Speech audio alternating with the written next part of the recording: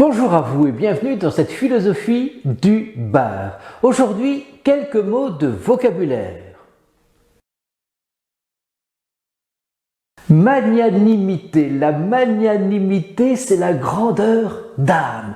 C'est se juger tout à fait capable d'accomplir de grandes choses et l'être en effet.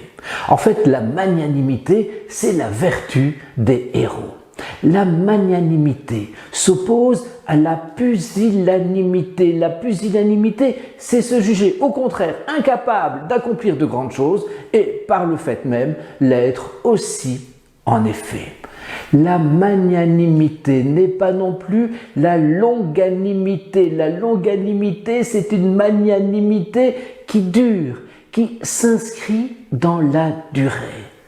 Être patient face aux douleurs, face aux déceptions qui nous viennent bien souvent des autres.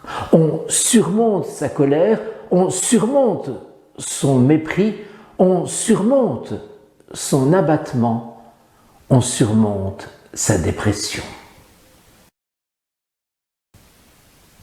Misanthropie. La misanthropie, on le sait, c'est le mépris, c'est la haine de l'humanité en tant qu'on en fait partie.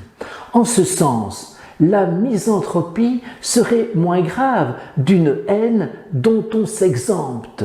Ainsi, par exemple, la misogynie pour un homme, la misandrie pour une femme ou le racisme pour celui qui se croit d'une race supérieure. D'un misanthrope, Alceste, Molière en a fait un chef-d'œuvre. Miséricorde. La miséricorde, c'est la vertu du pardon. Non pas qu'on annule la faute, ce qu'on ne peut ni ne doit, mais en cessant d'haïr. En fait, on y parvient par la connaissance des causes, mais aussi par la connaissance de soi.